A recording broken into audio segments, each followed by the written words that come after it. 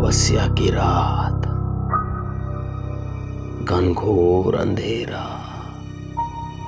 जंगल के बीचों बीच। 5 दोस्त पार्टी मना रहे थे, बढ़िया मौज कर रहे थे, एंजॉय कर रहे थे।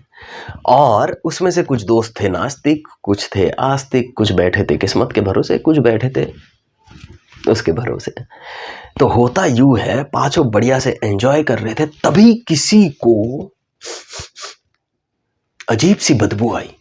उस दोस्त ने कहा कि बदबू बहुत अजीब है, हो सकता है ये किसी शेर या बाघ की बदबू है, तो हम लोग यहां से चले जाते हैं, यही हमारे लिए बेहतर होगा।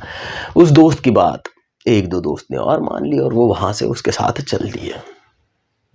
लेकिन कुछ देर बाद जो बचे हुए दोस्त थे, जो किस्मत के भरोसे बैठे थे कि किस्मत में होगा तो ठीक है, नहीं होगा तो ठीक है, उनको बदबू के साथ आहट सुनाई दी। अब वे भी घबरा गए। उन्होंने कहा नहीं नहीं, हम भी जाते हैं, हो ना हो ये कोई बड़ा जानवर है जो हमारी जान ले सकता है। वे लोग भी वहां से चले जाते हैं। एक बंदा वहीं पर रुकता है। वो कहता है नहीं, मैं यहां से नहीं जाऊंगा, बिल्कुल भी नहीं जाऊंगा। मुझे उस पर विश्वास है, वो मुझे कुछ भी होने नहीं देगा। उस बंदे को बदबू आई, उस बंदे को आवाज आई, उस बंदे को अंधेरे में 2 चमकती हुई आंखें नजर आई। वो आंखें उस बंदे के करीब बढ़ रही थी। बंदा खड़ा था, उन आंखों में आंखें डाले हुए। वो आंखें और नजदीक आई, नजदीक आई, नजदीक आई, झपटा मारा और उस बंदे को मार दिया। गर्दन मरोड़ दी, खून पी लिया और वो बंदा मर गया। बंदा अब ऊपर गया। ऊपर जाके उसने सवाल पूछा, क्यों क्यों? मैंने तो आंख मूंद कर आप पर विश्वास किया, फिर क्यों? जवाब आया, आंख मूंद कर मुझ पर विश्वास किया। सच में मैंने तुझे नाक दी ताकि वो बदबू तू सूंघ सके और खुद को बचा ले। मेरी दी हुई शक्ति को तूने इग्नोर किया।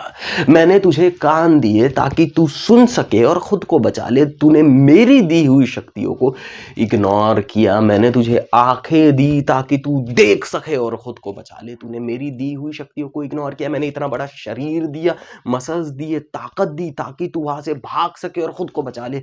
तूने मेरी दी हुई शक्ति को इग्नोर किया। मैंने तुझे मस्तिष्क दिया ताकि तू सोच सके, सही निर्णय ले सके।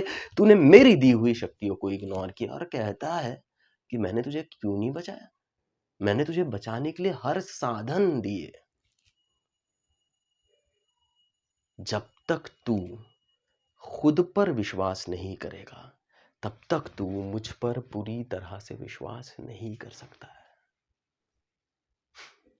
लड़का समझ गया, लेकिन तब तक बहुत देर हो चुकी थी। अब बात आती है इस कहानी के सार की। आस्था अलग चीज होती है, लेकिन उस आस्था का सार तो समझो।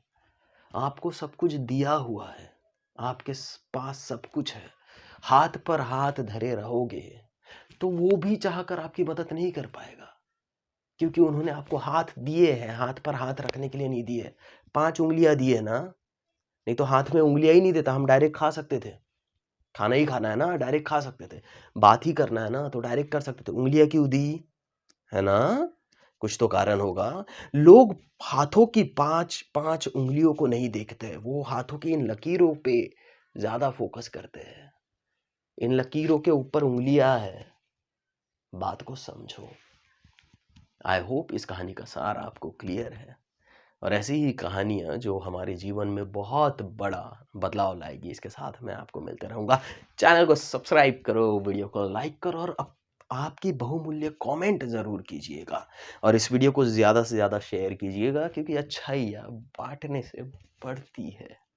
जल्द ही मिलते हैं।